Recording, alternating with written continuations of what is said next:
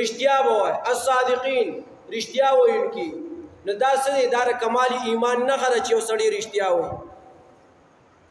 ټلیفون به راشي، یاره جي کوم ځای؟ زه خو یاره جي دی ای به په سواړه کې مثال اصلا یاره جي زه خو جوړ کې روان یم. چېرته ځې؟ هلکه زما خو لا کار دی. لکه د خدای بنده ته خو ما ولي سواړی کې روان وي په موټر سایکل وي. دا خو نن سبا دې سیسټم دی. بیا به دروغ رښتیا شي، بیا به د خوله چینګه تښتېدلي. نو چې کوم ځای کې ولاړې خاص اخ ځای ښایه الصادقین رښتیا ویونکي. لکه ټلیفون وکړو ته په ډاګر کې وې، نو بیا داسې مه وایه چې زه په تحصیل کې یم. یاره ډګر کې یم په تحصیل باندې در روان یم درځم. داسې خبره وکړه یاره جي دې تحصیل ته نږدې یم.